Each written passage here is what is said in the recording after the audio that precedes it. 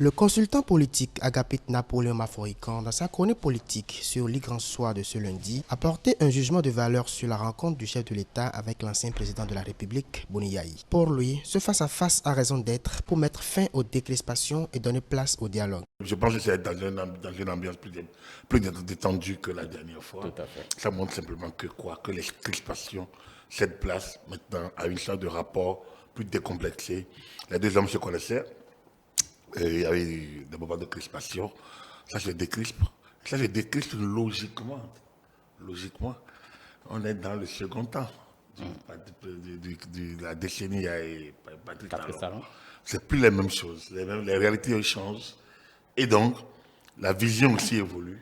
Et Patrice Talon, on allait le voir dans sa déclaration, a évoqué même après, il a parlé déjà de son successeur. Tout à fait. Donc, on n'est plus en début de mandat où il faut faire le bilan. Il faut solder les comptes. Hein? Donc, et en soldant les comptes, ça fait mal à celui qui est parti. Et c'est ce qu'on a connu, ces moments de crispation, ou attaque contre attaque, un peu. En début de mandat, on vient avec les idées novatrices, les réformes ont été faites, ont été implémentées, les gens se sont sentis visés. Ça, ce moment semble progressivement derrière nous, parce que là, maintenant, le second temps, c'est le temps aussi de la succession, où c'est dans le propre camp de ceux qui sont au pouvoir que la crispation s'installe progressivement avec un certain nombre de situations, d'ambitions naissantes, d'ambitions légitimes, d'ambitions anormales, quoique toute ambition est normale, mais ambition peut parfois démesurée, de petits coq en jambes. Et peut-être pendant ce temps, l'allié ou le partenaire, on va le trouver peut-être dans l'autre camp d'en face. Donc, c'est dire que, oui, le président Talon joue son calendrier, il joue avec maestria son calendrier, et je pense que ça lui réussit dans la mesure où aujourd'hui on a parlé de la paix. Il a parlé de la paix sociale, de la paix politique. Alors, lorsqu'on parle de paix politique, vous comprenez que, bon, voilà, l'expression inclusivité, là, va ressortir. Il y aura des élections sans doute inclusives. Moi, je les mets en griffe parce que, personnellement, ce mot ne me plaît pas et je ne le kiffe pas du tout du point de vue science politique. Pour moi, oui, on peut l'utiliser en sciences po. En droit, il n'y a pas d'élection inclusive. Les élections se fondent sur un certain nombre de principes et de règles que tout le monde doit appliquer. Outre cette actualité, Agapit Napoléon Maforican est revenu sur les interventions de l'ancien président du mouvement populaire de libération, Sabi Sira Korogon. Ce dernier était ce dimanche 12 juin 2022 sur l'émission L'entretien du dimanche de la chaîne de télévision privée Eden TV. Au cours des échanges, l'acteur politique a estimé que la seule chance pour la classe politique de l'opposition d'être au Parlement en 2023 est de pouvoir se mettre ensemble. Pour le consultant politique, l'idée est bonne, mais il reste à savoir si c'est faisable. Il y a des implications dans ce qu'il dit lui-même. Alors, qui sont ceux qui sont prêts à s'abandonner leur parti aujourd'hui? Parce que dès qu'ils vont fondre, leur parti va disparaître. Et donc, du coup, c'est le grand bloc qui va exister. Maintenant, il faut qu'ils s'entendent pour les positionnements. Mon cher, c'est pas aussi facile que ça. C'est dire quand même que c'est bon d'avoir eu cette idée. Après, c'est peut-être mieux de ne pas se focaliser nécessairement sur 2023 et de penser que l'opposition, en tout cas, face à l'alternative aux forces soutenant l'action du président Talon aujourd'hui, c'est de constituer aussi de regroupement, c'est de constituer de groupes. On peut avoir autour de grands partis aujourd'hui des partis satellites. C'est-à-dire que regardez un parti comme FCBE, peut avoir autour d'eux des petits partis qui sont des mouvements plutôt.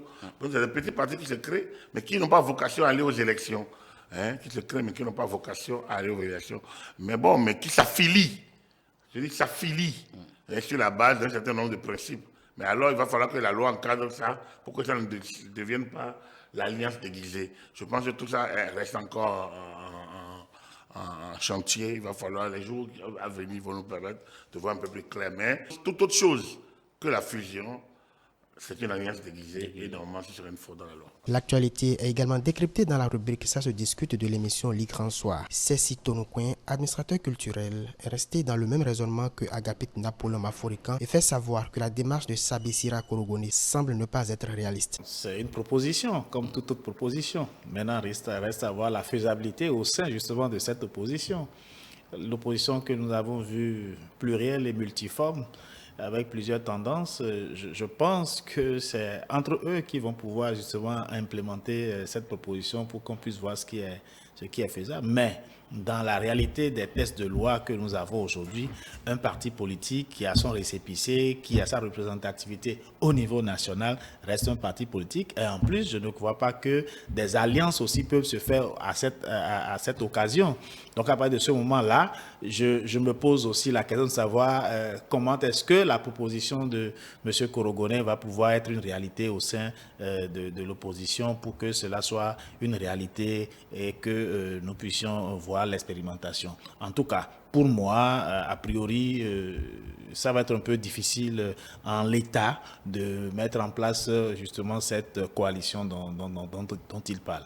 Le juriste Julio Tometti, en s'appuyant sur le code électoral, soutient l'initiative de Korogonen et propose des pistes de solutions pour aider les partis politiques de l'opposition. Aujourd'hui, c'est quoi? Ce que les tests disent, c'est que c'est un parti politique. C'est-à-dire que quand je prends un parti politique de l'opposition X, des membres d'un parti politique de l'opposition Y peuvent être candidats sur cette liste, sous la bannière de cette liste. Parce que c'est quoi? Il n'est dit nulle part que pour être candidat sur une liste électorale d'un parti, qu'il faut être forcément membre. Le seul problème, c'est que lorsqu'un membre d'un parti politique est candidat sur une autre liste, il suffit que son parti d'origine ne conteste pas cette candidature, ou bien qu'il y ait double candidature. Donc, à partir de ce moment-là, ils s'entendent pour tous être candidats dans le cadre d'un parti politique, et tout leur mandat, ils sont membres ou ils sont parlementaires de ce parti politique, ils représentent les cours de ce parti politique. C'est en cela que Korogonen, sachant bien la chose, il dit que les gens, ils ont leur récépissé, oui, ils sont contents, mais ils doivent travailler à oublier leur récépissé, si tant est qu'ils veulent véritablement aller au Parlement. Donc, le mécanisme est possible. Il suffit de s'entendre, d'aller sous la bannière. Donc, il ne s'agit pas de fusionner des partis pour dire on a créé Alliance telle, non.